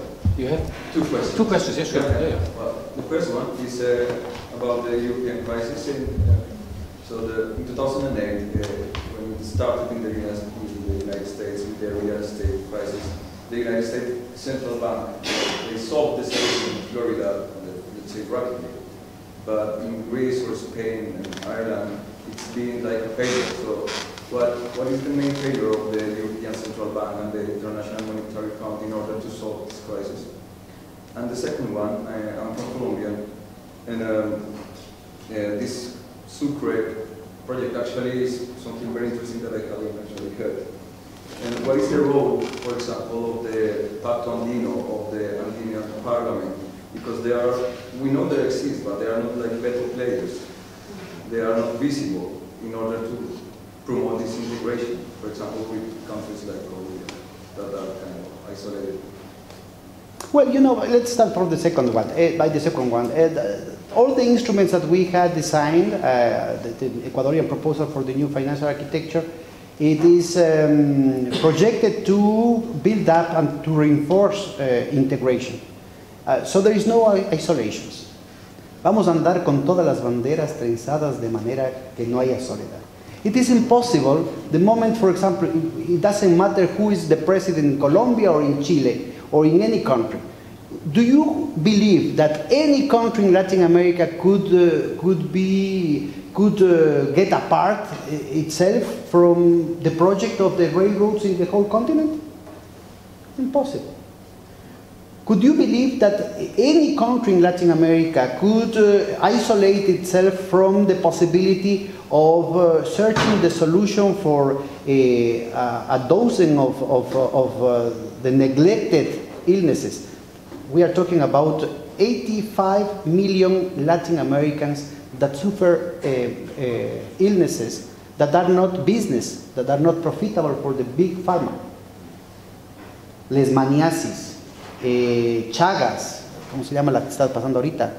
Certain types of dengue, certain types of tuberculosis, Chagas, etc., etc. People are so poor that it's not business for the big pharma to invest $1 on those research. So do you believe that any country in Latin America could preclude that possibility? So again, options are very, very clear, and more so inviting, for example, a strategic alliance between productive Europe and Latin America, productive United States and Latin America, China, Russia, the Arab countries. You know, the amount of investment that you require to build up the network of railroads is humongous. And that could stop the recession in Europe right now. And this is not only for the German capitals and the German technology, but also Spanish technology and Italian technology and French technology. It is a collective effort in favor of peace and stopping the agenda of destabilization, speculation, and war. So that's the first one. The second one, out of respect, I cannot say, okay, you should do that. That is what the IMF and the Europeans used to say to Latin America. We are not going to repeat the same type of mistake. By the contrary, out of the solidarity among peoples, I believe that it should be mandatory for the Europeans to read the history. Look the history of failure. Even the studies of the IMF, the independent office of evaluation of the IMF had recognized the stupidity of the policies implemented in Argentina, in South Korea, etc., etc. And today are the Bible here in Europe. Be aware of this. And you know, in the case of Greece, it's crónica de una muerte anunciada. Everybody told, if you implemented, if you put in practice the austerity policies, you are not solving the fiscal crisis, you are installing a chronic fiscal crisis, as it happens in Latin America. And today, even the IMF had recognized that they failed to estimate the multipliers. Dead people, famine, destruction in Greece. And maybe the solution of the neo-Nazi solution here in Europe. So again, the possibilities are plenty of possibilities. Part of the solution is always dialogue. The confrontations of ideas, the competition of ideas, not the a priori the qualification of other interlocutors, and of course, the resource to the data, to the history. So the guy in the black, in the green shirt, yeah. Also, two questions. As you have shown in your figure, the inversions, Latin America, like China, Russia, and European countries, is what's the real goal for the investment in the Latin American countries? For example, in Ecuador, is this going to be rid of the overproduction capacities? Or is it really a strategic investment to establish a new economic order at long term, like what you have said before? And second is what happens in Latin America and Ecuador when the US dollar will lose its power as a world currency?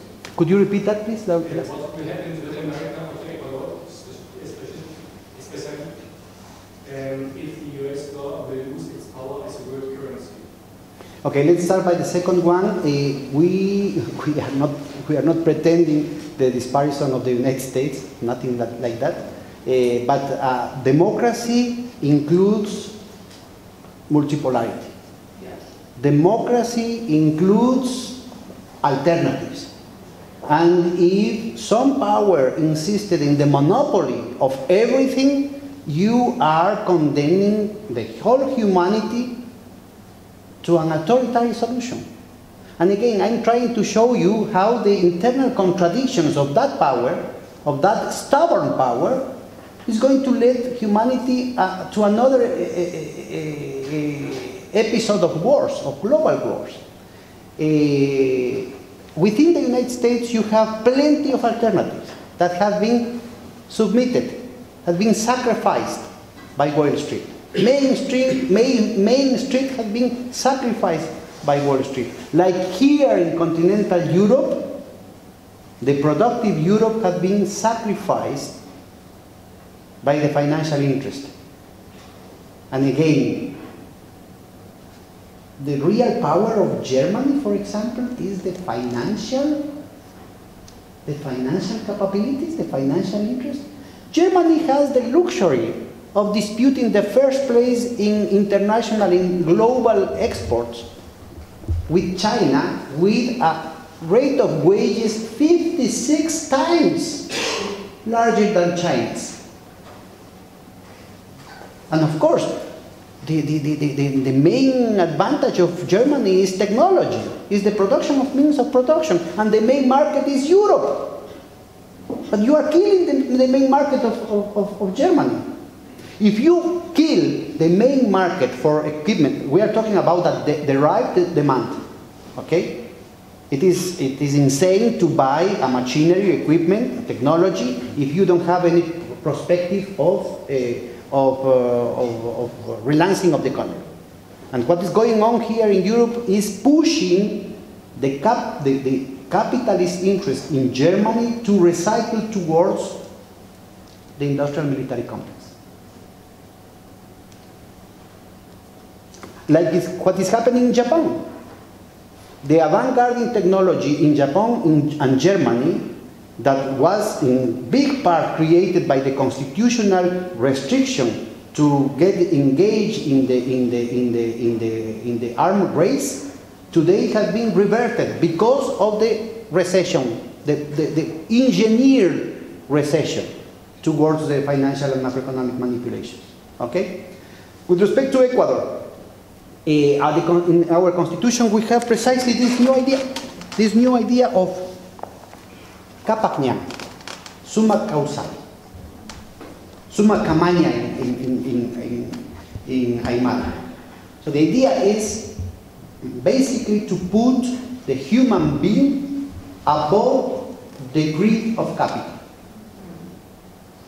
In the case of Bank of the South, part of the Ecuadorian proposal was to work together. Several German intellectuals participated in the discussion about a new battery of indicators that could, for example, internalize the environmental externalities or the social externalities, the work of women, the work of whole communities. That is a tremendous subvention to the market, a tremendous subsidy to the big capital, because it's not paid every day. So if you change the epistemological issues that are behind the notion of efficiency, if you change the epistemological and the technical issues in order to create other indicators for the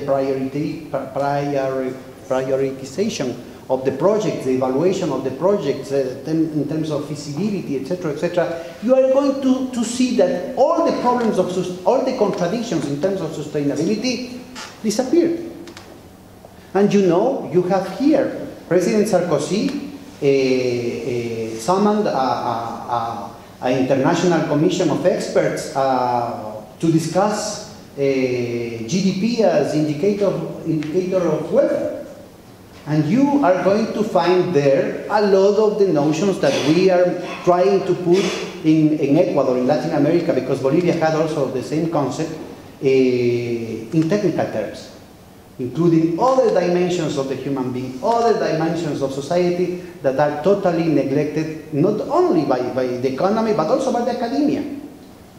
They are issues like happiness, like the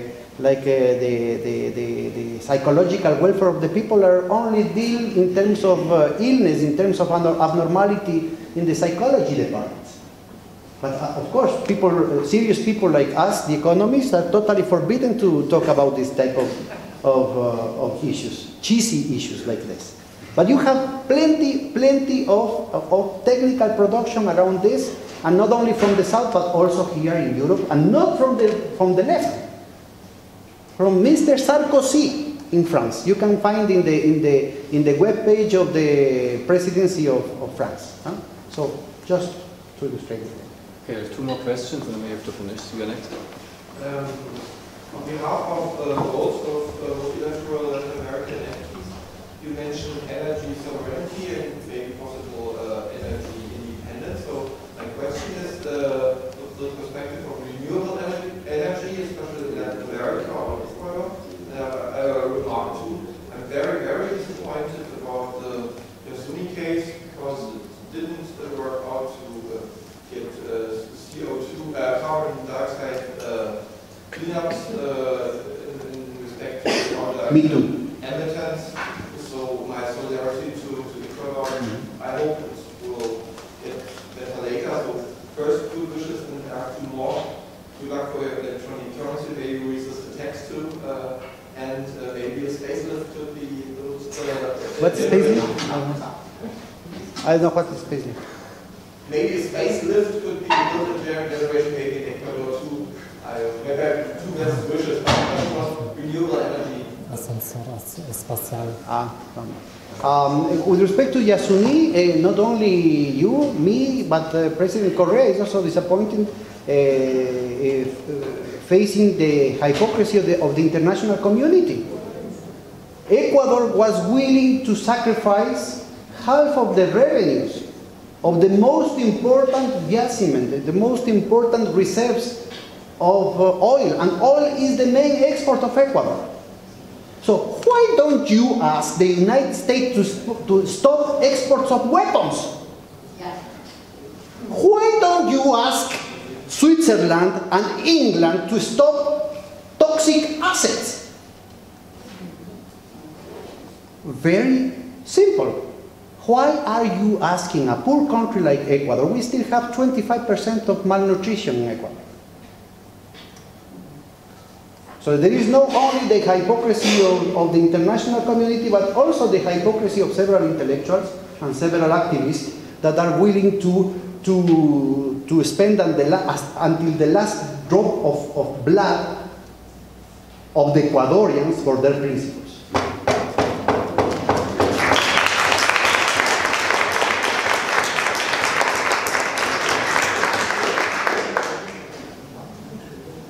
Okay, last question. So, I just wanted to ask, relating to one of your statements in regards to the destination of capital flows and where this capital actually goes into investment.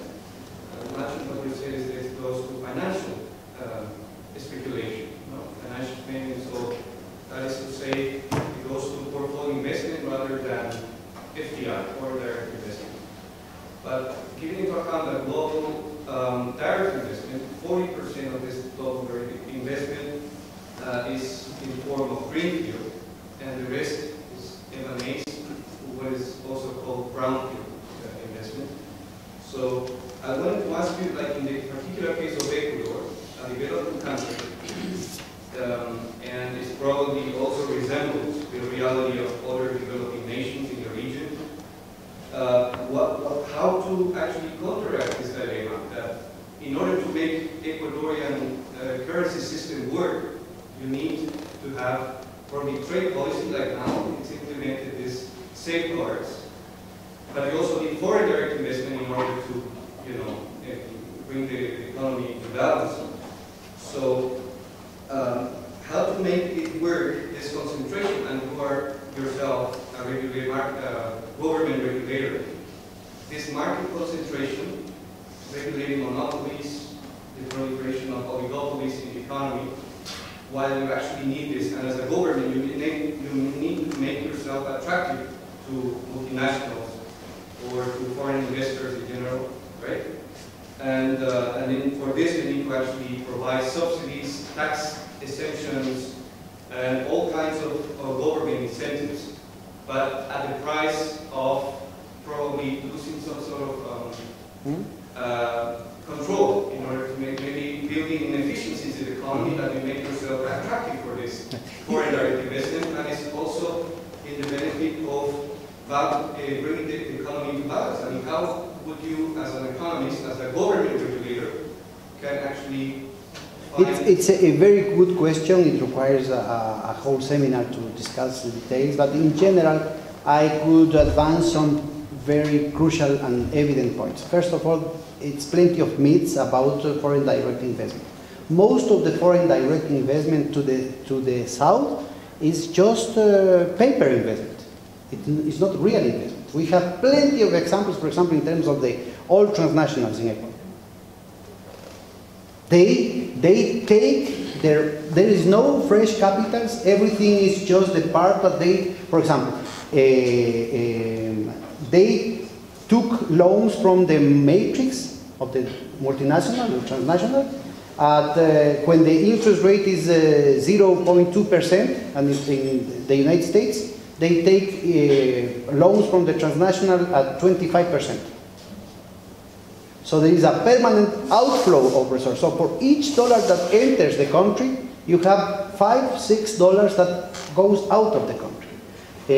Transfer prices everywhere. You know that the same statistics that I showed you about the control by 147 corporations of 40% of the GDP shows you that 63% of international trade is intra-firma trade. It's within the transnational. So there's plenty of myths about this. Our countries require fresh capitals, right? But above all, technology and flows of commerce. It's very different.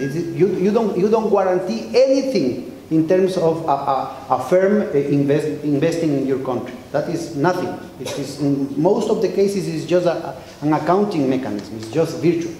As I show you, the total, the linking, the total autonomization of the virtual economy vis-a-vis the real economy. Okay, and that is plenty of evidence on this. In the case of Latin America, it is very important to break with the other myth of free trade. Technology, access to technology is totally geopolitically controlled. Geopolitically controlled, even at the level of, I don't know, oil recovery, at the level of, even in terms of pharmaceutical. So it is not only controlled by the transnationals, but it's also controlled geopolitically through specific geopolitical interests. So what we really want is a real free trade. One of the results of this permanent systematic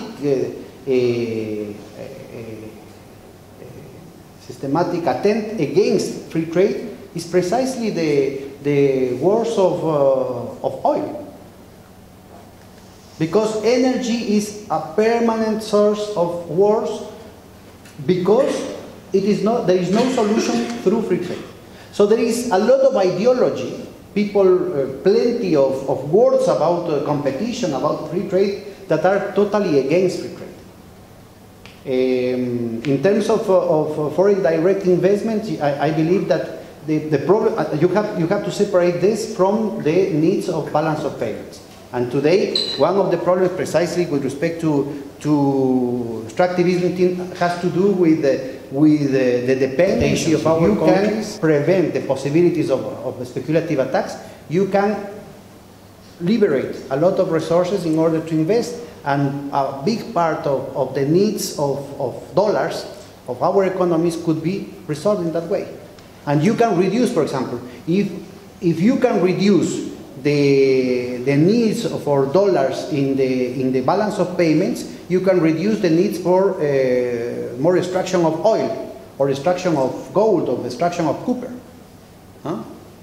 If, on the other hand, from each barrel of oil, the government obtains, or the society obtains $1, and you need $1 million under those terms, you need 1 million barrels of oil extracted, right? But if you obtain $10 for each barrel because you changed your policy vis-a-vis the transnationals, you only need to extract 100,000 barrels. So that is the type of anti-extractivist policies the new progressive governments have deployed in Latin America. In the case of Ecuador, that is so clear that oil represented during the last 30 years, depending on the price of oil, between 40 and 60% of the budget. Today represents 9% of the budget. So those type of, we are talking about, please, do not idealize the situation. Most of the measures that we are adopting in Latin America were proposed by the Christian Democrats here during the 50s. We're part of Alliance for Progress of Mr. Kennedy. The problem is that the world has gone so far to the right that the center right of 50 years ago are today the left, the radical left. But it's true. Look at this. We are talking about a settlement mechanism that was used by the Medicis or the Hanseatic League and the Folkers, and that is revolutionary. I'm for sure in the blacklist of the CIA. That's crazy. That is totally crazy. You know, most of what we are proposing for Latin America was already working here in Europe during the 50s, the 60s, the 70s, the 80s, up to the Maastricht Treaty, that was triggered by the speculative attack of Mr. Soros against La Banca d'Italia and Bank of England. Because you must know that crises are not a natural phenomenon.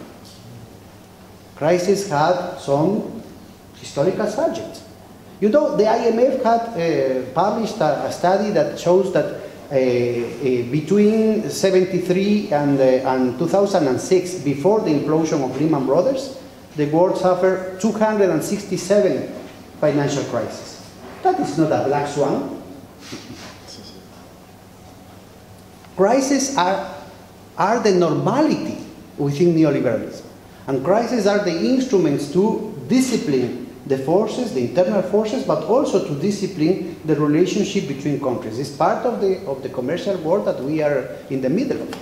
And again, remember that the previous structural crisis of overproduction opened the door for the First and Second World Wars. Okay. Thank you very much.